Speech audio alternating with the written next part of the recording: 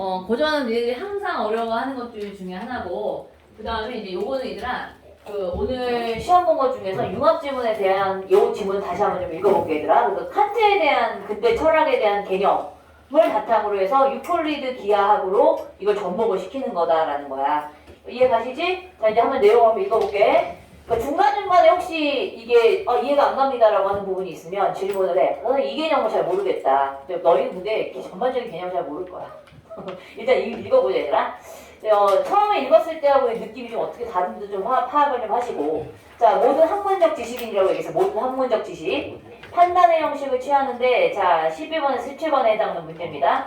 18세기 철학자인 칸트. 자, 칸트는 얘들아 근대 철학자야. 되게 중요한 철학자 중에 하나지. 모든 판단은 분석 판단과, 자 이거 한번 표시해볼게. 모든 판단은 분석 판단 아니면 종합 판단 이렇게 구분한대요. 그래서 판단의 종류를 분석 판단과 종합 판단으로 구분을 짓는다라고 얘기했어.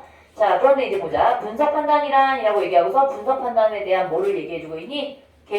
개념에 대한 얘기를 해주는데, 분석 판단은 뭐냐면 주어 개념이 수어 개념을 포함하는 판단이다라고 얘기했어. 그러니까 문장 구조로 따지면 뭔지 알죠? 무엇은 무엇이다.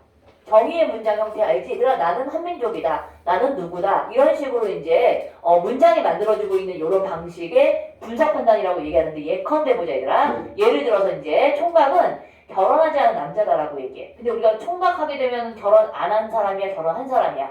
결혼 안 한 남자라는 게 일반적으로 우리가 다 알고 있는 지식이지.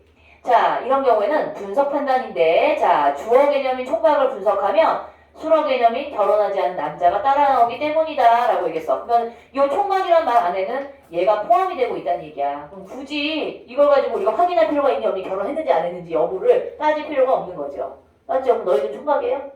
총각이라고 할 수 있지. 결혼 안 한 남자니까. 자, 분석 판단은 자 참과 거짓을 판별하기 위해서 뭐만 있으면 되냐면 언어에 대한 이해 이외에 뭐는 따로 필요하지 않다 얘들아? 경험이 따로 필요하지 않습니다. 그러니까 경험을 통해서, 경험은 뭐니? 감각기관을 통해서 우리가 습득하고 있는 걸 경험이라고 얘기하는 거거든. 그래서 이미 결혼하지 않은 남자라는 이런 예시에서는 당연히 이 개념이 포함되어 있기 때문에 우리가 확인할 수 있는 경험은 필요치 않습니다 라고 얘기했어. 이해가심? 자, 그래서 이제 총각이라는 개념과 미혼 남자라는 개념을 이해하고 있다면 이 판단이 필연적이라고 얘기했어. 그럼 우리는 얘들아 이거 좀 정리해보자. 분석 판단은 뭐다? 필연적이다. 반드시 일어나는 거야. 필연성. 필연적으로 참이라는 것을 알 수 있기 때문이다. 자, 그러나 모든 총각은 키가 크다라는 이 문장을 한번 봅시다 얘들아. 근데 얘처럼 주어 개념 안에 수어 개념이 포함되어 있지 않다. 모든 총각이 키가 크니? 키가 크지 않은 총각도 있을 수 있기 때문에 이런 경우에는 주어 안에 수어의 개념이 포함되고 있지 않은 문장이야. 자, 주어 개념의 부가적인 정보를 덧붙이는 판단은 무슨 말이냐면 진짜 큰지 안 한지, 큰지 작은지를 뭐 해봐야 되니? 판단을 해볼 수 있어야 되는 거지? 그러니까 이건 종합 판단이라고 얘기해. 그럼 한마디로 얘기하면 종합 판단을 한마디로 얘기하면 경험적인 확인이 필요한 것을 종합 판단이라고 얘기합니다. 라고 얘기해. 자, 우리가 이제 철학에서 얘기하게 되면 이런 종합 판단 같은 경우에는 귀납 추론 알지 얘들아? 자, 통계인 거죠. 니네들이 경험을 통해서 그러므로 뭐뭐 한다. 이런 식의 도출 과정을 이끌어내고 있는 걸 사실은 종합 판단이라고 얘기하는데, 여기서는 귀납 추론에 대한 내용을 얘기하지 않았기 때문에 그 말은 쓰지 않겠어. 이해가지? 그럼 너희는 이것만 기억하면 돼. 종합 판단의 개념은 뭐냐면 경험적인 개념을 반드시 포함하는 것은 아니기 때문에 키가 크다. 총각의 개념은 키가 크다라는 개념을 반드시 포함하는 것은 아니기 때문에 이 판단에 참과 거짓을 판단하기 위해서는 뭐가 필요하다? 경험적인 확인이 필요하다라고 얘기했어. 이해갔지? 자, 그리고 모든 총각은 키가 크다는 거짓이긴 하지만 만약에 거짓이야. 근데 만약에 얘가 참이야. 이런 경우에는 뭐가 일어나기까지 하니까 세계에 대한 지식을 확장해준다라고 얘기했어. 그동안 몰랐던 지식을 좀더 넓힐 수 있는 그런 계기도 될 수 있다라고 얘기했단 말이야. 이해가지? 무슨 말인지? 자, 그 다음에 이제 두 번째. 칸트가 또다시 이제 언급한 게 뭐가 있냐면, 자, 선천적인 지식과 후천적인 지식을 또다시 한번 구분을 합니다. 자, 그럼 선천적 지식과 후천적 지식은 그럼 뭐가 다릅니까? 아까 분석 판단하고 뭐가 다르죠? 라고 했을 때, 분석 판단과 종합 판단의 구분과 달리 얘는 명제야. 한마디로 얘기하면 분석 판단과 종합 판단은 명제 자체라고 본다면, 자, 얘네들은 명제 자체가 아니야. 뭐예요? 명제에 관한 지식을 관련되고 있는 개념이 선천적인 지식이냐 후천적인 지식이냐라는 얘기야. 이해가심? 자, 그래서 선천적 지식은 다 되게 중요한 포인트. 선천적인 지식은 경험과 무관하게 알 수 있는 지식. 그러니까 경험을 하지 않아도 당연히 알고 있는 것들 있지? 태양은 동쪽에서 뜬다. 이런 것들 같은 진리. 태양은 서쪽으로 진다. 이런 것들은 진리 같은 것들이지. 경험하지 않더라도 우리가 이미 알고 있는 것들입니다. 자, 자, 여기서 줄쳐놔. 모든 분석 판단은 선천적으로 알 수 있다. 우리 이거 있지. 칸트의 의견으로 올바른 걸 고르세요 라고 했었던 문제 기억납니까? 먼저 거기 한번 가볼까요? 여기에 해당하는 거 보면 모든 분석 판단은 선천적인 지식입니까? 아까 나와있지. 선생님 반대 조금 전에 노란 펜으로 그어놨지. 자, 모든 분석 판단은 선천적 지식이야. 맞아요. 오케이? 갑니다. 그 다음에 이제 두 번째 한번 가볼게, 얘들아. 자, 분석 판단에 포함된 용어들의 의미만 알면 돼. 자, 이와 달리 이거 한번 볼까? 모든 까마귀는 검다는 후천적으로만, 즉 사람들이 까마귀를 경험한 다음에 알 수 있다. 이게 무슨 말이냐면 얘들아, 까마귀의 종류를 다 조사를 해봤어. 전쪽 뭐 남부에 있는, 그 다음에 뭐 미국에 있는, 우리나라에 있는 까마귀를 다 조사를 해보니까, 통계를 내보니까 모든 까마귀는 대체로 다 검다. 그래서 결론을 내렸단 말이야. 근데 중요한 포인트가 있어. 까마귀가 검다라고 확인할 수 있었던 건 지금까지 뭐를 통해서? 경험을 통해서 까맣다라는 거에 얘를 입증해야 된다는 거지. 근데 문제가 있어. 그런데 우리는 이 세상의 모든 까마귀를 경험할 수 있을까요? 없을까요? 그러니까 너희가 이거는 뭐냐면 모든 까마귀가 검다라고 생각을 했는데 어느 날 갑자기 까마귀하고 비슷한 종이 나왔어. 모든 게 다 까마귀하고 똑같아. 근데 색깔이 흰 색깔이야.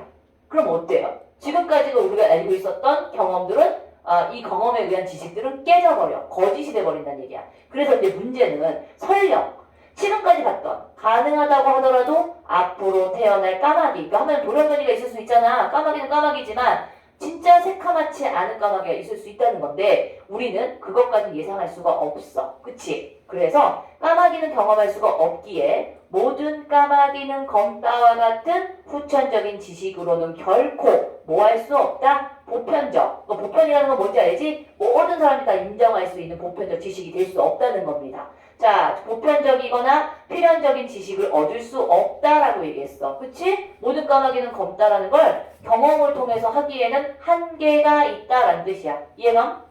자, 경험에 의존하지 않은, 자, 근데 중요한 거. 선천적 지식이라는 건 한마디로 경험을 하지 않더라도 우리가 당연히 알고 있는 거 있지? 그래서 우리는 선천적이다, 얘는 분석적이다, 분석적 판단이다, 이런 말. 그 다음에 얘는 보편적이고 필연적이다. 이런 말 기억하시면 됩니다. 보편적이야, 그 다음에 필연적이야.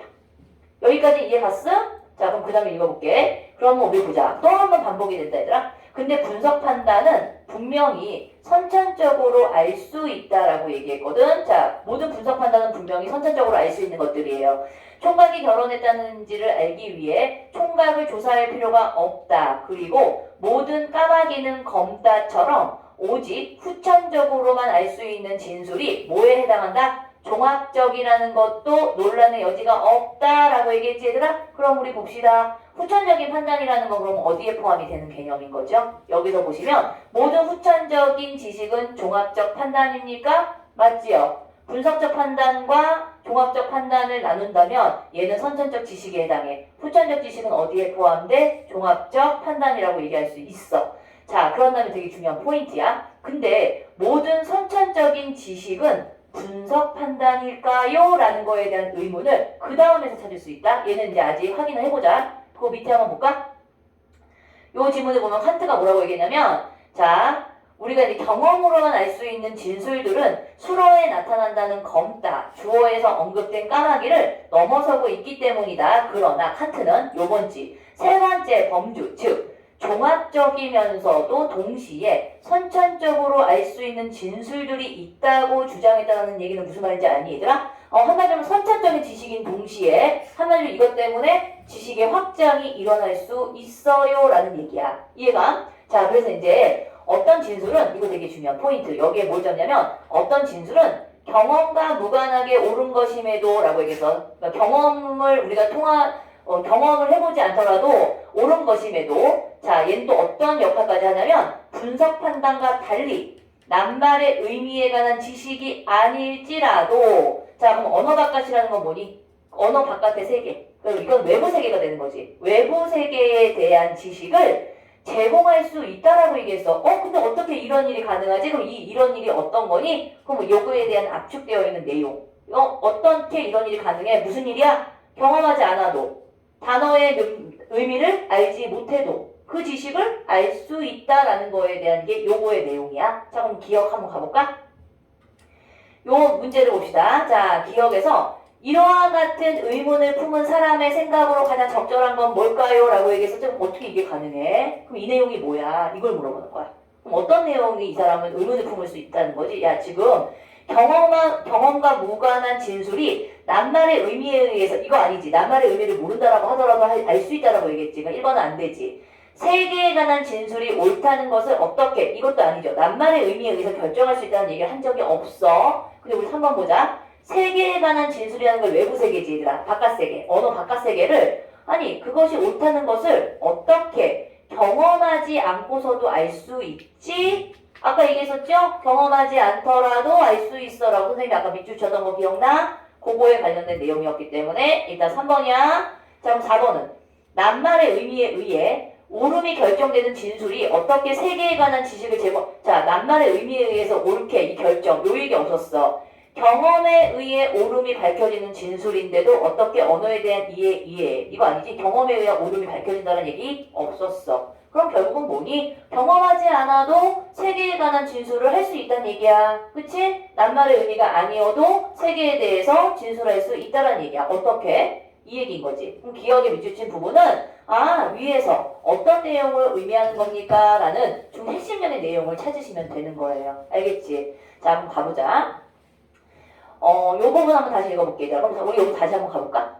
여기 마지막 읽을게. 자, 그러면 칸트는 학문적 지식이란 필연적이고 보편적이어야 하며 동시에 어떻다라고 얘기했니? 동시에 세계에 대한 지식을 확장해 주어야 한다고 생각했다라는 얘기는 결국 뭔지 알아? 경험하지 않아도 지식이야. 참된 지식이야. 그런 동시에 얘는 지식의 확장까지도 이루어질 수 있는 것이 학문적 지식이야. 이렇게 언급을 했어. 자, 다시 말해서 학문적 지식은 뭐라고 얘기했니? 여기에 선천적이면서도 종합적인 판단이어야 한다라고 얘기했어. 그러면 이게 중요하다. 근데 이게 가능해? 선천적인 종합 판단이 어떻게 가능하지? 하나면 하나고 이거면 이걸 텐데 어떻게 가능해? 이게 바로 순수 이성의 핵심적인 질문이에요. 라는 거야. 그러니까 이거에 대한 답을 찾아가는 거죠. 칸트가. 자, 이 칸트의 순수 이성의 비판의 핵심적인 질문이다. 근데 칸트는 어떠냐면 여기서부터 이제 여기까지는 철학적 내용이었어. 칸트에 대한 근대적인 철학적인 관점이었다라고 한다면 요걸 어디에다가 접목을 시키니? 유클리드 기하학. 여기에다 접목을 시키는 겁니다. 그래서 이 지문은 어떤 형태의 지문이에요? 융합이에요. 인문과 과학이 결합되어 있는 형태의 지문이야. 새로운 분야라고 얘기할 수 있어. 지금까지 예전에는 이런 지문 안 나왔었거든. 인문이면 인문, 과학이면 과학 이랬는데 이게 2018년도 이후부터 융합 지문이 추가가 되었다라는 거 알고 계시면 됩니다. 알겠지요? 자, 이제 어디로 가나 보자. 이제 이거 풀기 전에 앞부분에 있는 문제부터 좀 해결을 해볼까, 얘들아? 자, 일단 요거 아까 정리 마무리하자. 그러면 우리 모든 후천적 지식은 종합 판단인 건 알지? 그런데 중요한 거, 모든 선천적인 지식은 그럼 분석 판단이야? 아니지. 모든 선천적인 지식이라는 거는 뭐야? 경험을 해보지 않더라도 찾을 수 있는 걸 얘기하는 거지만 그렇다고 해서 모두가 분석 판단이라고 얘기할 수는 없어. 거짓인 것도 있을 수 있잖아. 그래서 얘는 해당하지 않습니다. 하지만 어떤 선천적이라는 건 뭐니? 모두는 아니야. 일부. 선천적인 지식은 뭐라고 할 수 있다? 종합 판단에 포함될 수 있다라고 아까 얘기했었지? 오케이. 그래서 기억, 니은, 리을. 얘가 답이 되는 거다.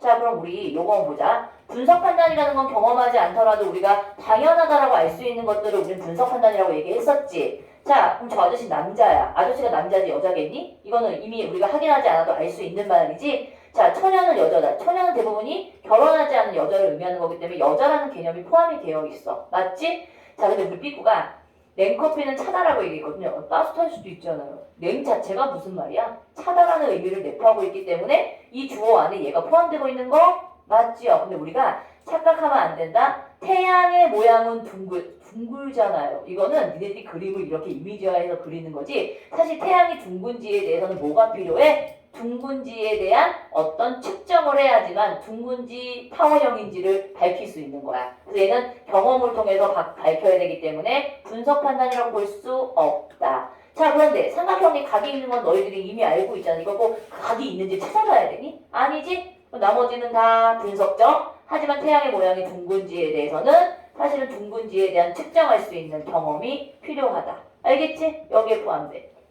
여기까지 아마 대충 아주 맞았을 거야. 자, 그럼 12번 보자, 얘들아. 윗글의 내용과 일치하는 것을 한번 골라볼까요? 라고 했을 때, 얘들아, 일단은, 자, 유클리드 기하학은 칸트에 의해서 정립된 게 아니라, 칸트의 이런 근대 철학을 유클리드 기하학으로 접목을 시킨 거야. 그러니까 정립시킨 게 아니에요. 그 다음에 이게 나오는 거니까 이거 한번 읽어볼게, 얘들아. 그 다음에 얘들아, 비유클리드 기하학은 선천적인 명제를 다룬다? 아니다. 그 뒤에 한번 읽어볼게요. 요 뒤에 한번 읽어볼게. 여기서부터 한번 볼까? 자, 그 다음에 이제 우리 칸트의 유클리드 기하학의 모든 공리와 정리가 선천적인 종합 판단이라고 보았다라고 얘기했지. 유클리드 기하학은. 자, 가령 직선은, 자, 이게 무슨 말인지 알지? 직선은 두 점 사이의 가장 짧은 거리를 직선이라고 얘기해. 자, 이 명제는 확실히 종합적이다라고 얘기합니다. 왜냐하면 고등이라는 개념은 양에 관한 것을 포함하지 않고 다만 성질에 관한 것을 포함하고 있으므로 고둠이라는 개념으로부터 가장 짧은 거리라는 개념이 도출될 수 없기 때문에 얘는 선천적인 건 아니야. 그치? 선천적인 지식은 아닌 거지. 그래서 후천적으로 얘가 만들어진 거란 말이야. 포함하고 있지 않기 때문에. 한편 이거죠. 직선은 두 점 사이의 가장 짧은 거리다라는 명제는 직관이라는 건 뭐니? 누구나가 다 그냥 떡하니 알 수 있다라는 거지. 이걸 실험하지 않아도, 경험해보지 않아도. 자, 직선에 의해 절대적 확실성이 보장되기 때문에 다시 말해서 종이에 점을 찍고 선을 그려보는 경험에 의하지 않고서는 전적으로 확실하기 때문에 선천적이다라고 얘기했어. 그래서 칸트는 유클리드 기하학이 선천적인 종합 명제가 존재함을 보증한다고 생각하였어. 지금까지는요. 그쵸? 이런 얘기죠. 자, 이러한 칸트의 철학은 철학과 과학 발전의 중요한 근간을 이루었다라고 얘기했지. 아까 얘기했지만 정립했다라고 얘기하지 않았습니다. 그치요? 뿌리가 됐다는 얘기야. 근데 우리 중요한 게 유클리드 기하학이 선천적이라는 믿음은 어디에서? 비유클리드 기하학의 출현으로 선천적으로 보았던 명제들이 결국은 이거지. 얘들아. 그럼 우리가 당연하다고 생각했었던 선천적인 지식이 사실은 이게 바로 뭐를 바탕으로 전제가 깔려있다는 거니? 경험을 바탕으로 해서 이렇게 결론을 내렸다라는 것을 밝혔어. 무너지게 되는 거야. 그럼 비유클리드 기하학은 선천적인 지식이 아니라는 거겠지. 그럼 우리 보자. 그럼 여기서 이제 답을 찾는 거야. 자, 비유클리드 기하학은 선천적인 명제를 다룬다? 아니다. 아까 방금 얘기했죠? 답이 아닙니다. 가봅니다, 얘들아. 그럼 우리 요 뒤에 한번 볼까요? 분석 여기까지는 우리 다 찾을 수 있다. 분석 판단은 세계에 대한 인식을 확장해주는 게 아니라 종합 판단이 돼야 되겠지. 칸트에 따르면 지식은 경험에 의해서만 나온다라고 얘기하지 않았어. 경험을 하지 않아도 선천적인 지식이 있다라고 먼저 의견을 내시했지? 그래서 이건 칸트의 의견이 아니야. 그러면 일단 3번이 나머지가 안 된다면 3번이 답인데 3번이 답인지에 대해서 확인을 해보자. 3번은 뭐니? 평행선 공리는 경험적으로 증명이 불가능하다라고 얘기했거든. 한번 볼까? 요거 한번 봅시다. 그 뒤에. 자, 얘들아, 기원전 350년경에 쓰인 유클리드의 기하학 원론에선 5가지의 공리가 제시되어 있는데 이 중 5번째 공리는 매우 복잡하지만 평행선 개념을 사용하여 자, 요거 보자. 직선 밖에 한 점에서 이 점을 지나 주어진 직선에 평행한 직선은 오직 하나만 존재한다라고 기술할 수 있대. 이게 무슨 개념이니? 평행선 개념이야. 그럼 평행선 개념에서는 직선에 평행한 직선은 오직 몇 개? 오직 하나만 존재한대. 이 얘기 나왔던 거 기억해도. 뒤에 가면 문제 풀 때 이 문제가 좀 걸림돌 되는 게 있어. 자, 이와 동치인 또 하나의 공리는 모든 삼각형의 내각의 합은 뭐다? 180도이다 라는 공리다. 그런데 평행선 공리를 검증하려면 뭐라고 얘기했니? 두 직선을 무제한 늘려야 하므로 이는 우리가 경험적으로 검증할 수 있어 없어? 경험적으로는 검증할 수 있는 명제가 아니다. 그래서 비유클리드 기하학에서는 이러한 공리들이 항상 성립하지는 않는다라고 얘기했어요. 오케이? 우리가 당연하게 생각했던 건 여기에서는 성립하지 않아. 그래서 이제 우리가 이제 요거서부터 진짜 보는 거야. 과거에는 얘들아, 그럼 유클리드는 결국은 뭐하고 연관이 있는 거지? 이거지. 평행선, 이거는 우리가 지구가 어떻다고 생각했을 때, 구라고 생각하기 이전, 평평하다고 생각했었을 때 유클리드 기하학이 여기서는 접목이 돼. 근데 이제 그 다음부터 보자. 과거에는 지구가 평평하며 인간은 그러한 평면 위에서 살고 있다고 믿어서, 그치? 그럼 그동안은 이 지구가 어떻다고 생각했던 거지? 둥글다라는 걸 몰랐을 때야. 평평하다고 생각했었을 때야. 그런데 후에 이게 중요한 거죠. 지구는 둥글다라는 것이 밝혀졌지만 이게 중요한 게 유클리드 기하학은 평면을 다루고 있다라고 얘기했으니까 사실은 얘들아, 지구가 둥근 상태의 이런 그 상태를 유클리드 기하학으로는 설명하는데 한계가 분명히 있을 거라는 거지. 왜? 유클리드 기하학은 뭐다? 평면. 오케이? 그런데 우리의 지구는 둥글어. 자, 그렇다면 지구를 이거 보자. 완전한 구라고 생각하고 이와 같은 구면에 적합한, 그럼 기하학에 대해서 한번 생각해보자라고 얘기했지. 그러면서 내용을 따라가는 거야. 야, 그러면 지금까지 유클리드는 뭐니? 평평했을 때를 우리가 접목을 시켰다라고 한다면 지구가 둥글었다라고 얘기했을 때 유클리드 기하학으로서는 설명하지 못하는 부분들이 분명히 있겠죠. 그래서 이제 가보는 거예요. 자, 그러면 구면 위에서의 직선은 그럼 도대체 뭐야? 둥그런 이 상태에서 직선은 뭐야? 자, 구의 중심을 기준으로 구의 면 위에 만들 수 있는 가장 큰 원인 대원을 그렸을 때야. 이 예시를 줬어. 자, 이거 중요해. 두 점 간의 최단 거리는 대원의 일부가 되고 이러한 대원의 일부를 구면의 측지선이라고 얘기한대요. 그럼 결국 봐봐 얘들아. 두 점 간의 이건 너희가 정리할 수 있어. 최단 거리 이꼴 구면의 측지선이야. 자, 따라서 가장 합리적인 답변은 대원을 뭐라고 본다? 직선이라고 본다 라고 얘기해. 이게 결론이야. 결국은 구면 안에서는 직선이 뭐다? 대원도 직선으로 본다라는 개념인 거야. 자, 가보자. 그 다음에 뒤에. 자, 따라서 구면에서 직선은 유한한 길이를 갖는다. 그러니까 유한한 길이를 갖는다. 기억해도 구면에서의 직선은 유한한 길이야. 무한대로 벌어지는 게 아니야. 그치? 쭉 가지 않아요. 또한 요거 기억해도 두 점 사이의 최단 거리를 뭐라고 얘기한다? 구면거리라고 얘기해. 구면거리는 두 점을 잇는 뭐라고 얘기해? 측지선이라고 얘기해. 그럼 최단거리 이꼴, 구면거리 이꼴, 두 점을 잇는 측지선. 알겠어? 이게 바로 뭐니? 지구가 구라는 상태에서 우리가 알 수 있는 부분인 거야. 자, 이에 따라 모든 경선과 적도를 통과하는 위선은 그 자체가 대원이므로 뭐다? 직선이다. 결국은 비유클리드에서는 원으로 되어 있는, 대원으로 되어 있는 걸 우리는 뭘로 본다? 둥그렇다고 얘기하지 않고 직선으로 본다 라는 거야. 이해가? 여기까지 이해했으면 이 질문 이제 끝났어. 다시 한번 읽어봐야 되는데 읽을 시간이 없네요. 그렇죠? 오늘로서 이거 이해를 하세요 그냥. 자, 이러한 정의로부터 우리는 구면 위에서 뭐를 그릴 수 있대? 삼각형을 그릴 수 있대. 그런데 북극에서 적도로 내려오는 경선 두 개와 그 둘을 연결하는 적도상의 선분을 취하면 삼각형이 당연히 만들어진다. 그런데 이때 만들어진 삼각형의 내각의 합은 얘들아 180도보다 크게 됩니다. 따라서 이거지. 비유클리드 기하학에서는 평행선의 공리가 성립할까 하지 않을까? 성립하지 않습니다. 그러니까 내각은 180도야. 이게 아니라 180도보다 크다라는 거잖아. 그래서 지구 표면에 그린 삼각형의 내각의 합은 삼각형의 크기가 작을수록 어떻다? 180도에 가까워지지만 그 크기가 커질수록 180도에서 벗어납니다 라고 얘기했어.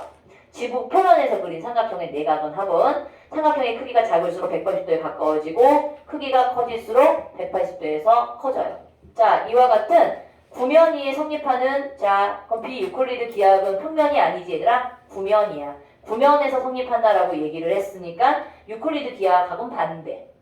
그리고 구면 기하학이라고 불러 라는 개념을 언급했어. 한편 말 안장 모양의 곡선 고지 공면에서의 비유클리드 기하학을 쌍곡 기하학이라고 하는데 여기서 삼각형의 내각의 합은 어떻다? 180도보다 작대요. 말 안장이 모양의 곡선에서 비유클리드 기하학을 쌍곡 기하학이라고 하고 여기선 삼각형의 내각의 합이 작다라고 얘기했어. 자, 그럼 보자. 이제 비유클리드 기하학이 나온 후에 아인슈타인의 우주가 평평하지 않고 중력에 의해 휘어있음을 보였다. 그리고 일반 상대성 이론은 공간에 대한 기초 이론을 비유클리드 기하학에서 찾았다. 이처럼 비유클리드 기하학의 출현은 철학에서의 인식뿐만이 아니라 과학의 발전에서도 새로운 패러다임이 제시되었다. 사실 마지막 문단 같은 경우에는 문제를 푸는데 그렇게 크게 지장이 없기 때문에 그냥 넘어가셔도 괜찮겠다. 자, 이제 한번 보자, 얘들아. 나머지 한번 보자. 우리 12번 문제 해결했고, 13번 문제 아까 해결했고, 14번 문제도 해결했지? 그러면 이제 옆으로 갑니다. 우리 A 부분 볼래요, 얘들아? 우리 구면기하학에 대한 추론의 내용으로 적절한, 그럼 우리가 정리를 해보는 거야. 구면기하학은 그니까 뭐야? 비유클리드 기하학. 이걸로 설명할 수 있다는 얘기겠지? 자, 한번 보자. 모든 서로 다른 직선은 두 점에서 만나는 건 당연히 맞아 틀려. 아까 이거는 아까 선천적인 지식에서 확인했지? 우리는 이거 확인해보지 않더라도 이 두 점 사이에서의 직선이야. 모두 서로 다른 두 직선은 두 점에서 만난다. 맞겠지? 당연히. 각각의 점이니까. 자, 완전한 구에서 두 직선의 길이는 유한하면 항상 같다. 맞아 틀려 아까. 맞잖아. 구에서는 길이가 유한하다라고 얘기했고 이 구는 동그라니까 다 어때? 길이가 같을 거야. 근데 우리 보자. 정삼각형의 변의 길이가 길수록 내각의 크기의 합은 커지는 건 당연한 거 아니겠어? 삼각형이 커지니까 180보다 커질 겁니다. 맞죠? 근데 되게 중요한 거. 아까 뭐라고 얘기했니? 자, 두 점 사이의 구면 거리는 최단 거리라고 얘기했지. 근데 얘는 뭐니? 긴 것과 짧은 것 두 개가 존재할 수 있을까요? 절대. 하나만 존재할 수 있다라고 얘기했어. 그래서 4번이 틀렸고 5번은 뭐니? 만약에 평면을 다루는 기하학에서의 곡선은 구면기하학에서는 뭐다라고 얘기했지? 직선이다라는 말을 아까 계속해서 반복적으로 우리가 확인을 했었어. 됐죠? 자, 17번 문제 갑니다. 자, 우리 윗글을 바탕으로 해서 보기에 대한 보인 반응으로 적절하지 않은 것을 한번 보재요. 자, 얘들아, 요거는 지금 평면인 지도 위에서라고 얘기했거든. 그럼 얘는 유클리드 기하학으로서 그려진 지도. 북반구에 위치한 위도가 다른 도시인 뉴욕과 취리 사이에 항공 경로를 나타내었다라고 얘기했거든. 자, 근데 왼쪽의 뉴욕에서 오른쪽 유럽의 취리까지의 측지선을 그리면이라고 얘기했거든. 얘들아, 그럼 되게 중요한 거. 그럼 측지선을 그린다는 얘기는 무슨 말이니? 아까 얘기했었던 대원호를 그리고 그 안에 얘는 구면거리라고 얘기했었지? 구면거리라고 얘기했고 얘는 최단거리라고 아까 얘기했던 거 선생님 기억납니까? 여기 정리해놨잖아요. 아까 요 부분 있지? 자, 두 점 사이의 최단거리를 구면거리라고 하고 구면거리를 있는 것을 측지선이라고 얘기해. 그럼 결국 최단거리, 구면거리, 측지선 같은 개념. 오케이? 그래서 어떻다는 거야? 자, 이제 봐. A가 자, 선 A가 되면 지도상에서의 최단 선 A가 되며 측지선이야. 그럼 얘는 정리해봐. 측지선. 그리고 얘는 뭐지? 구면거리 그 다음에 이꼴 뭐지? 최단거리. 이게 뭐인 경우에? 아까 얘기했던 이거 측지선을 그렸다라고 얘기했으니까 얘를 원으로 봤을 때, 그러니까 구로 봤을 때. 자, 그 다음에 이제 우리 이제 지도상이지, 얘들아.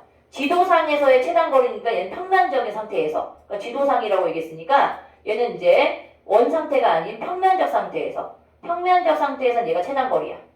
최단거리의 선분으로 보는 거고, 자, C는 위도가 같다라고 얘기했었지? 위도가 같은 스페인의 한 도시까지의 지구상의 최단거리의 선분으로 그려져 있대요. 그럼 이것도 역시 지도상에, 그리고 얘는 위도가 같은 얘도 역시 최단거리 이렇게 표시를 됐어. 하지만 지구는 완전한 구라고 가정합니다 라고 얘기했죠. 선택지에 선지를 한번 잘 읽어보는 거야. 첫 번째, 자, 선 A는 지구 위에 아까 대원을 그렸다 라고 얘기했었지. 이랬을 때 이 대원에 동그랗게 되어 있는 부분이니까 원호는 맞아 틀려. 당연히 맞겠지. 호 부분이니까 틀리지 않습니다. 근데 우리 C를 볼까요? C의 항로는 두 도시의 위도가 같아요. 최단 항로로 비행한 것은 아니겠고, 왜? 최단 경로로 진짜로 얘가 운행을 했다라고 한다면 어디야? 지구는 둥글고 구기 때문에 A에 해당하는 걸 거야. 그래서 일단 아니다라고 얘기했던 거 맞을까 틀릴까?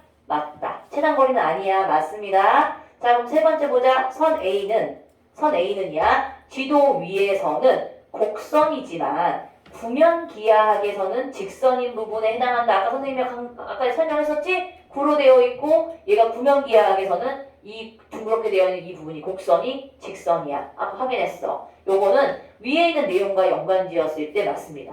자, 그럼 우리 B를 볼까요? 선 B는 항로를 이용하여 만약에 이동한다면이니까 얘들아 평면상으로 해당하고 있는 최단거리가 아니야. 아까 얘기했지. 얘가 9라고 생각했을 때 가장 최단거리는 어디라고 얘기했니? A라고 얘기했죠. 그렇다면 B의 항로를 만약에 이용하여 이동을 했다면 선 A의 항로를 택하는 것보다 시간이 더 오래 걸리게 당연한 거지. 최단거리는 어디기 때문에? A이기 때문에 시간은 얘가 더 단축되겠지. 그래서 시간이 더 오래 걸린다라는 얘기는 최단거리가 아니에요 라는 근거죠. 그래서 얘는 맞습니다. 그럼 이제 5번이 틀렸다는 얘기인데 한번 볼까? 야, 우리 뭐라고 얘기했니라? 평면적인 지도상이라고 얘기했지. 평면. 근데 아까 평면에서 선 B를 축으로 하여 선 A를 대칭 이동한다라고 얘기했거든? 그러면 우리 선을 따라 항로를 취하면 선 A의 항로와 거리가 같다라는 말이 될까 안 될까? 왜냐면 여기서는 선은 분명히 오직 하나다라고 얘기했던 거 기억나지? 그러니까 얘는 거리가 같은 게 나올 수 있겠니 없겠니? 없어요. 그쵸? 그래서 A 항로와 거리가 같아진다라는 말은 평면적인 지도상에서는 있을 수 없어. 왜? 뭐라고 얘기했어? 아까 줄 쳐져 있는 거 기억납니까? 요 부분. 자, 아까 위에서 직선밖에 한 점에서 이 점으로 지나 주어진 직선의 평행한 직선은 오직 하나만 존재하기 때문에 짧은 거리가 두 개 될 수 있지 않다. 알겠음? 그래서 답이 5번이 틀렸어. 이게 빨리빨리 선생님이 설명을 해가지고 이해를 도울 수 있는 부분들은 아니지만 결국은 이제 뭐냐면 조금 이제 이런 지문들은 연습과 접목을 시키는 연습들, 그 다음에 내용을 이해하는 그 방법들을 터득하는 게 되게 중요해. 연습하면 늘어요, 얘들아.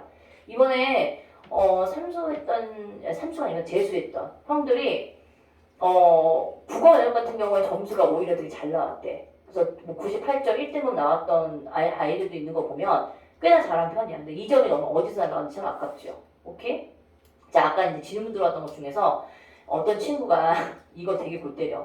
자, 요거 잠깐 질문 들어와서 내가 설명할게. 18번의 공통점에 대한 설명을 가장 적절한 걸 고르라고 얘기했었는데 일단 답은 5번이 되지 얘들아. 근데 우리 친구들이 청자를 일컫는 시어를 반복적으로 사용하는 부분이 나시에 어디에 있냐는 거야. 자, 우리 있지 순이. 얘가 사람 이름이에요. 불렀어요. 그러면서 벌레가 아니고 벌레다 얘. 오타다 얘. 이거 순이벌에 우는이 무슨 말인지 몰라서 틀렸대. 말이 안 되는 거지. 순이는 사람의 이름이고 야 민물처럼 밀려왔구나. 마치 뭐 하는 것처럼 말을 건네는 방식. 그리고 사람의 이름을 불러서 말을 건네고 있는 방식을 취하고 있는 거 맞습니다. 맞죠? 그런데 이제 어떤 친구가 이걸 물어봤어. 색채화를 활용하여 라고 얘기했는데 색채화가 보이는 거 맞아 나에서. 그런데 대상의 변화 과정을 보여주고 있지는 않습니다. 그래서 변화 과정은 안 되고 그 다음에 어떤 친구들은 유사한 시구를 점층적으로 반복을 했다라고 얘기했는데 유사한 시구가 보인다 하더라도 점층적인 반복이 일어나고 있지는 않아요. 알겠지요? 그러니까 이런 것들 때문에 틀렸다라는 거. 그래서 5번이 정답. 수미상관은 수미상관법 얘기하는 거야. 수미상관을 얘기하는 건데 수미상응, 수미상관 다 똑같은 표현이야. 알겠지? 그래서 여기서 보게 되면 수미상관이 있어 없어? 순이 벌레 우는. 자, 순이. 자, 이건 약간 비슷할 수 있겠지? 근데 다에는 있어 없어? 다에는 수미상관이 보이지 않지. 얘는 산문시입니다. 알겠지요? 자, 이제 우리 어디 펴보시냐면 부풀교재 나눠줬지요. 이건 부풀교재 보시면 4페이지 먼저 펴볼까? 4페이지를 펴보시면 선생님이 오늘 요거에 대한 얘기를 할 거야. 우리 이제 그 시에서 보게 되면 자, 운율이라는 건 이미 시인 이유는 뭐 때문이냐? 제일 중요한 거. 운율이 있기 때문이다라는 게 되게 중요한 거거든, 얘들아. 자, 중요한 거 유형. 외형률이야, 내재율이야 라는 말을 썼지. 근데 우리가 일반적으로 외형률이다라고 얘기할 수 있는 문학적인 갈래는 사실 시조만 있습니다. 뭐 고려가요 같은 경우에도 삼문보의 율격이 느껴져요 라고 하지만 얘를 가지고 외형률, 정형시라고 얘기하지는 않아. 그래서 우리가 정형시야 라고 얘기할 수 있는 부분은 사음보의 율격을 가지고 있고 3, 4조라는 건 글자의 짝꿍을 얘기하는 거거든. 3, 4조 또는 4, 4조의 음수율로 갖추고 있는 시조 또는 가상어 문학 같은 경우는 우리가 이제 겉으로 운율이 규칙적인 것이 눈으로 두드러지게 보이지. 우리 이런 걸 외형률이라고 얘기해. 자, 그럼 우리 좀 전에 그 모의고사 봤던 거 있지. 모의고사 봤던 걸 보게 되면 위에 있는 그 포도 잎사귀 그런 경우에는 자유시지 얘들아. 자유시라고 얘기하고 그 밑에 있는 시는 어때요? 쭉 줄거리 형식으로 되어 있는 산문시였지. 그러면 자, 내재율이라는 거는 이제 운율이 규칙성이 보이는 게 겉으로 드러나지 않고 이 안에 숨겨져 있는 이 운율을 내재율이라고 얘기해. 그러면 없는 게 아닌 거지? 숨겨져 있다 뿐이지. 자, 그럼 자유시와 산문시 둘 다 내재율이야. 근데 뭐가 다르니? 자유시하고 산문시의 가장 큰 차이점은 연의 구분은 있을 수 있는데 자유시는 행의 구분이 있습니다. 하지만 산문시는 뭐의 구분이 없습니까? 행의 구분이 없이 쭉 줄글의 형식으로 쓰고 있는 게 뭐야? 산문시야. 이해감? 자, 기억해도. 자, 그런 다음에 이제 우리 그 형성 방법. 그러니까 운율이 어떤 식으로 이제 형성되는지에 대한 종류를 한번 볼게, 얘들아. 자, 일단 요거 한번 볼래? 그럼 우리 친구들이 헷갈리면 안 된다? 선생님, 음보의 반복이면 뭐 3음보, 4음보 이런 것들을 의미하는 거잖아. 그럼 반드시 얘가 고전 시가에만 쓰이는 거냐? 외역률에서만 보이는 거냐? 아니야. 현대시에서도 보여. 자, 그럼 얘 같은 시를 한번 볼래, 얘들아? 하늘은 날더러 구름이 되라 하고 땅은 날더러 바람이 되라 하네. 시조 아니지? 시조가 아닌데도 끊어있는 이 호흡이 몇 개씩 끊어 읽혀지지? 4개씩 끊어 읽혀지지? 그래서 음보는 우리는 뭐라고 얘기합니까? 끊어 읽기라고도 하는 말이에요. 그래서 음보는 띄어쓰기하고 구분해야 돼요. 띄어쓰기랑 달라. 개념이 얘는 뭐다? 끊어서 읽는 거야. 그래서 우리가 낭독을 할 때 시는 이 음보가 되게 이제 여기서는 이제 현대시지만 뭐의 율격이 느껴지니? 4음보의 율격이 느껴집니다. 라는 거 알고 계시면 돼요. 자, 우리 이제 잠깐 볼까? 얘들아. 선생님이 여기다가 조금 자, 이렇게 다시 지우고 다시 쓸게. 이걸 써가면서 써야지. 자, 얘들아. 음절수라는 거는 얘는 이제 한마디로 얘기하면 음절수는 글자수야. 글자수의 반복인데 요것 좀 알아두십시오. 음보하고 글자수가 사실 같이 붙어 다녀요. 근데 주로 우리가 이제 음보하고 음절에 관련된 내용이 나올 때는 보통 제일 많이 나오는 게 뭐냐면 자, 얘들아. 시조 같은 경우에는 몇 음보야? 전체적으로 4음보의 율격이 느껴지지? 그럼 4음보는 끊어있는 방법을 4음보라고 얘기하고 자, 그 다음에 이제 여기서 음수율이라는 건 뭐냐면 음보보다 조금 더 작은 개념이야. 자, 음수율은 뭐냐면 하나의 구절당 글자 수가 시조 같은 경우에는 3개, 4개 또는 4개, 4개 우린 얘를 뭐라고 조라고 얘기해. 한 구절당 글자 수를 3개, 4개 짝고 짝을 지어서 다니는 거지. 그 병석이 혼자 다니는 게 아니라 옆에 있는 친구들하고 이렇게 무리를 지어 다니면서 하나의 그룹으로 이루어져 있는 거야. 이해가지? 자, 이렇게 이루어져 있는 게 시조의 4음보. 그 다음에 음수율로 따지면 3개, 4개의 글자가 조를 이루어 다니는구나. 우리 이걸 음수율이라고 얘기합니다. 그럼 일반적으로 4음보의 3, 4조의 율격은 외역률이라고 얘기할 수 있지? 자, 그런데 이런 음률도 있어요. 3음보의 율격 기억납니까? 3음보의 율격은 다른 표현으로 얘기하게 되면 민요전 율격이라고 얘기해. 민요전 율격이라고 얘기하고 다른 말로 얘기하면 전통적 율격이다 라고도 얘기할 수 있어. 근데 이 3음보의 율격은 글의 종류에 따라서 글자 수가 조금씩 다르게 나타나. 예를 들면 우리 요거 한번 보자. 이거 뭔지 아니더라? 가시리 있고 사실은 이제 요거가 구절이 버리고 가시리 있고 요렇게 나눠져 있으면서 전체적으로는 몇 번씩 끊어서 있는 소리가 나지? 3음보의 율격을 갖추고 있지 얘들아. 근데 얘가 하나의 구조야. 덩어리가. 그래서 우리가 알아둬야 될 게 있어 얘들아. 3음보, 민요적 율격, 전통적 율격 또 이제 전체적인 구조로 따졌을 때는 A, A, B, A 구조. 그건 반복, 변형, 반복으로 이루어져 있는 것도 민요적 율격이라는 거에 묶여요. 알겠지? 그런데 이제 고려가요 같은 경우에는 이렇게 3음보의 율격 안에 글자 수가 몇 개씩 짝꿍을 이루냐면 3개, 2개, 3, 3, 2조씩 짝을 이루고 있고 그 다음에 얘도 역시 3개, 2개 이런 식으로 짝을 이루고 있어. 근데 이제 현대시조 같은 경우에는 3음보의 율격일지라도 글자 수의 짝꿍이 조금 차이가 있다? 예를 한번 볼까? 예를 보시면 산 너머 남촌에는 누가 살길래 얘가 3음보의 율격이 느껴져요. 어떻게 끊어있냐면 읽을 때 자, 산 너머 남촌에는 누가 살길래 그런데 이게 산 너머 남촌이 하나의 구절이야.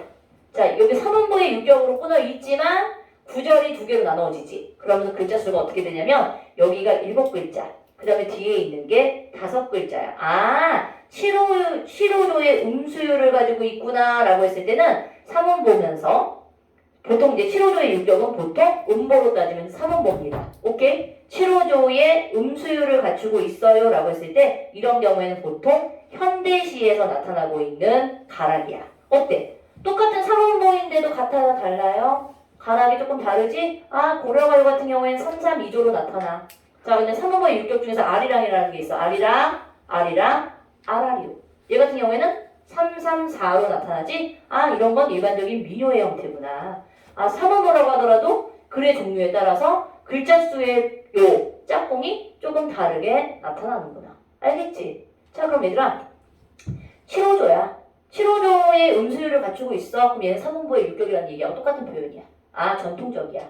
민요적인 유격을 갖추고 있어. 똑같아. 알겠지? 자, 그럼 3원보의 유격은 민요형 보여? 아니지. 현대시에서도 민요적 가락을 사용하기 위해서 3원보의 유격을 가지고 온 겁니다. 알겠지요? 기억해주세요.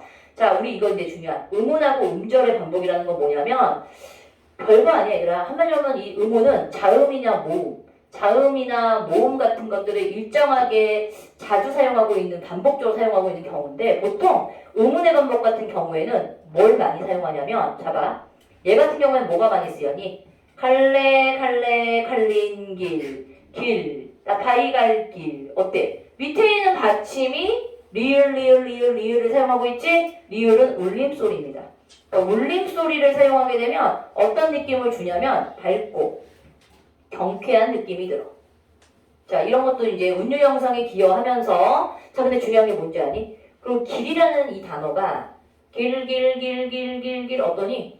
그냥 멈춰있는 게 아니라 쭉 뻗어나가는 느낌이 들잖아. 그래서 리을의 의문이 주는 효과가 운율의 효과도 주지만 길의 이미지를 떠올리는 데도 기여를 한다. 너희가 이걸 알아둬야 돼. 그 다음에 여기서는 또 어떤 자음이 많이 보이지? 앞에는 기억이라는 의문이 반복적으로 많이 보이지. 사실 이런 문제들은 주관식으로 쓰세요라는 문제 안 나오지요. 그럼 어떻게 문제가 나오냐면 선택지에 나와. 아, 야, 여기에 나와 있는 19에서는 특정적인 의문이 반복적으로 사용되어서 운율을 형성하고 있다라고 얘기를 해서 맞아 틀려? 맞는 거지? 기억의 의문과 리을의 의문이 자주 보이잖아. 그 너희들이 자주 보이는지 안 보이는지만 확인할 수 있으면 돼. 이 정도도 못하냐? 아니지. 할 수 있지. 얘는 특정적인 의문이라고 얘기하게 되면 자음이나 모음 중에서 자주 여기서 두드러지게 많이 사용되고 있는 이런 자음, 모음 중에 하나를 의미하는구나. 알겠지? 그럼 제일 작은 의미예요, 얘들아. 그럼 음절은 뭐죠? 특정적인 소리. 얘는 길이라는 단어는 단어인 동시에 하나의 소리지. 이런 덩어리. 그 음절 같은 경우는 소리 값을 얘기하는 거니까 이건 뜻보다는 어떤 일정적인 소리를 반복적으로 사용하고 있구나. 이런 경우에도 음절의 반복이라고 얘기하는 거야. 자, 다 얘네들이 다 어디에 기여하는 것들이지? 무조건 반복은 가락을 형성하는데 기여합니다. 맞지요? 자, 이제 여기서부터 좀 중요한 게 있어요. 얘들아, 이제 시어의 반복인데 얘들아, 시어의 반복 19의 반복, 그 다음에 문장 구조의 반복은 조금 더 이제 얘네들이 커지는 거야, 개념이. 자, 요 단어 한번 볼까? 모든 소리들이 흘러 들어간 뒤에 비로소 생겨난 고요, 저토로, 시끄러운, 저토로, 단단한. 이런 어떤 특정적인 단어가 반복이 되잖아. 그러면 어떤 느낌이 드냐면, 요 부분이 운율 형성에도 기여를 하지만, 운율 형성 플러스, 뭐도 되지? 강조. 의미의 어떤 강화시키는 구실을 한다는 얘기야. 저토로. 이러면서 쟤네들의 어떤 이 형상화되어 있는 이 대상물을 조금 더 강조시키는 역할을 하는구나. 알겠지? 그 다음 두 번째 볼까?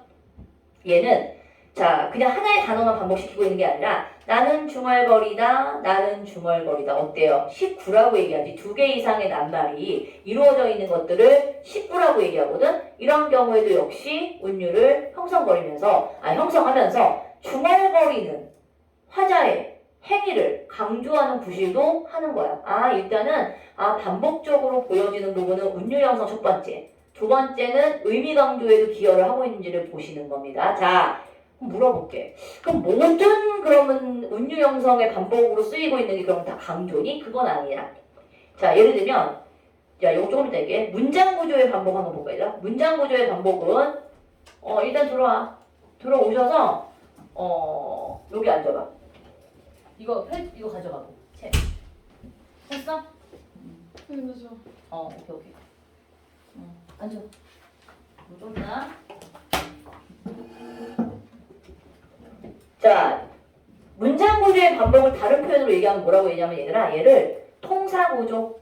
통사구조라는 건 문장의 덩어리, 전체적인 문장의 구조를 비슷한 것들을 반복적으로 사용하고 있다. 이랬을 때 통사구조라고 얘기하고, 다른 말로 얘기하면 유사 문장의 반복. 요렇게도 표현이 돼요. 그래서 통사적 구조가 뭐예요? 라고 하면 문장 전체가 통으로 반복되고 있구나 이렇게 알고 있으면 되는데, 자 그럼 문장이 반복되고 있는 게 뭔지를 볼까 얘들아? 울타리 밖에도 한초 씻는 마을이 있다. 이런 문장 구조지. 그 다음에 오래오래 장광이 부신 마을이 있다. 문장의 구조가 덩어리가 비슷하지. 이런 어떤 문장의 전체적인 구조. 밤이면 더 많이 별이 뜨는 마을이 있다. 어때요? 한 구절뿐만이 아니라 전체적인 문장의 구조 방식들이 각 행마다 반복적으로 보여. 자, 그럼 이렇게 반복적인 문장이 주로 쓰이게 되면 어떤 느낌이 드냐면 전체적으로 통일감을 부여해.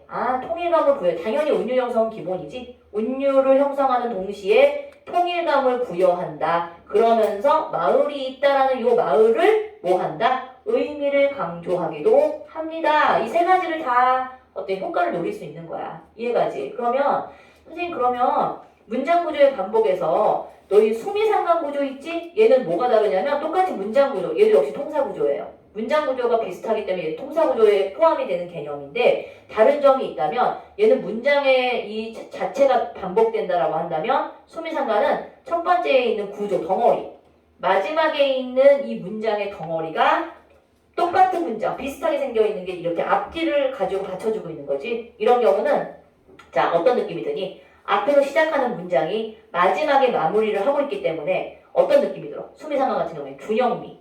조금 더 균형미가 느껴지고 안정감이 느껴지는 거야. 그런 다음에 이 사람이 여기에다가 똑같은 연을 반복하고 있다는 얘기는 이 사람이 중요하게 생각하는 부분일 경우가 많지. 의미를 강조해. 그러면서 모두 한다? 여운을 형성. 뭔가 모르게 더 이 사람의 감정이라든가 화자가 말하고자 하는 부분에 아쉬움 이런 것들을 나타내는구나. 여운을 형성하는 데 기여합니다. 이해 가시지? 그럼 운율 형성이라는 건 단순히 음악적인 요소로만 사용되는 것들이 아니라 의미를 강조하고 두드러지게 사용하는데도 기여를 하고 있구나라는 걸 알 수 있어. 자, 근데 우리 음성상징어 나오지 얘들아. 음성상징어는 어떤 그 포인트를 주는 부분인데 주로 의성어나 의태어를 우리가 음성상징어라고 얘기하지. 그래서 새록새록, 알록달록. 자, 얘 같은 경우에는 의미 강조라기보다는 얘는 어떤 느낌으로 좀 더 사용할 수 있지? 운율 형성 플러스. 얘는 뭐 할 수 있어? 생동감 있는 표현.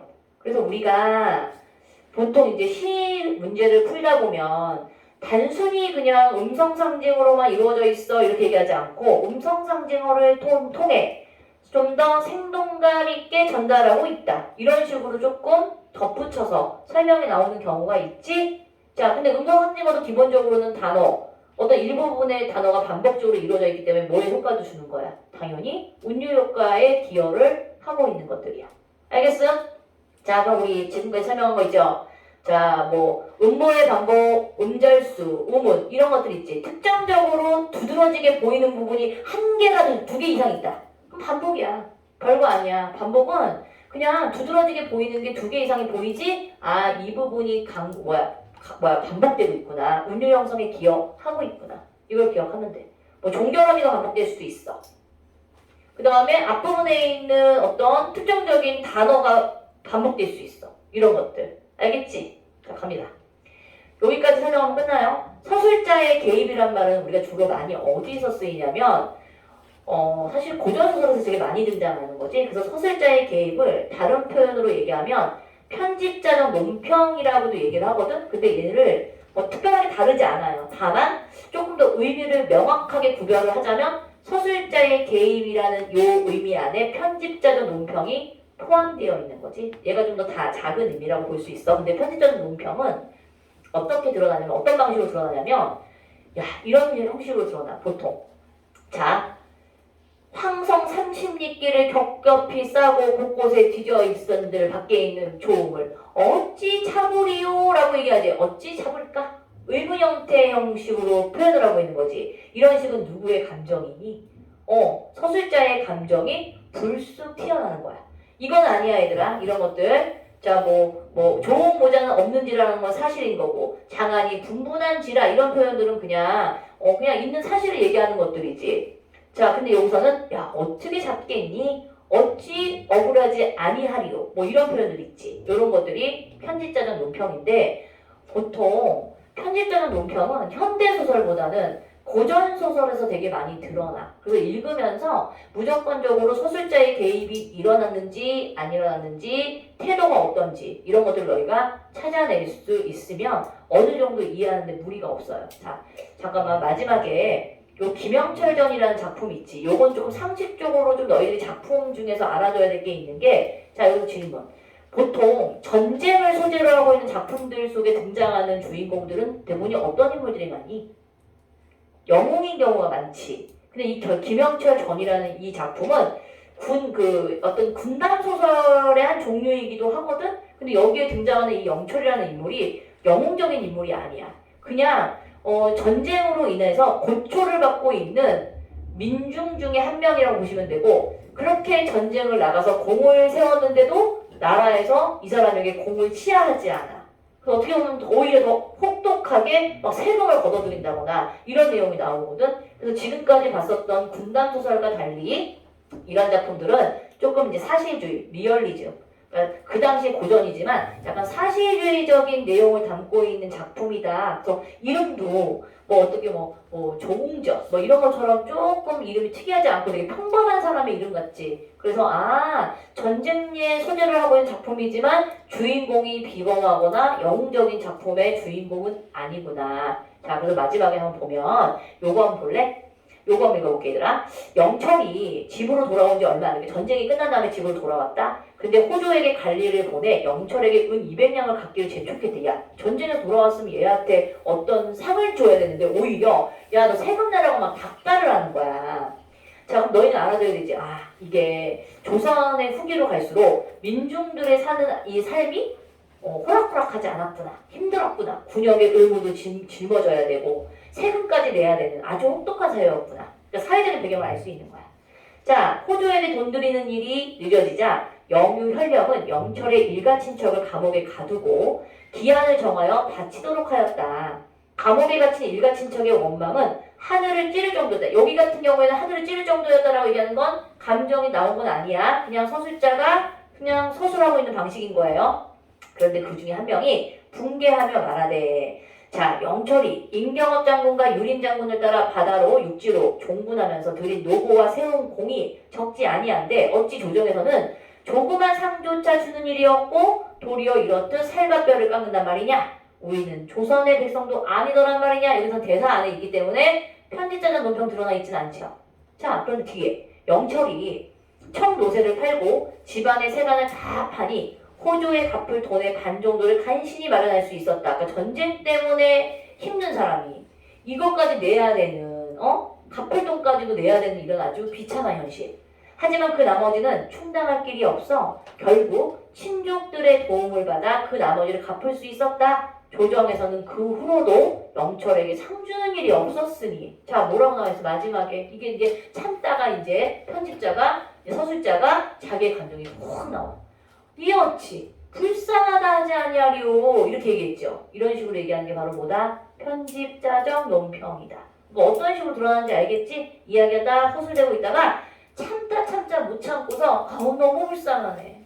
야, 하늘도 슬프겠다. 이런 식의 표현들이 나오는 것들 있지? 요런 게 서술자의 개입이 일어났어요 라고 얘기하는 거예요.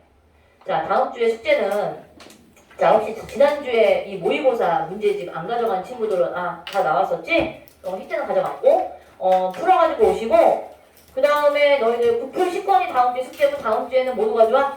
이거 부교재가 이제 너희들 내신 전까지 마무리를 지을 거니까 부교재 꼭 가져와. 알겠지? 그럼 너희 다음 주부터는 예비 고의가 아니고 너희 진짜 고의 되는 거다. 너희 고의야 이제 얘들아. 이제 이제부터 시작이야. 여기까지 하겠습니다.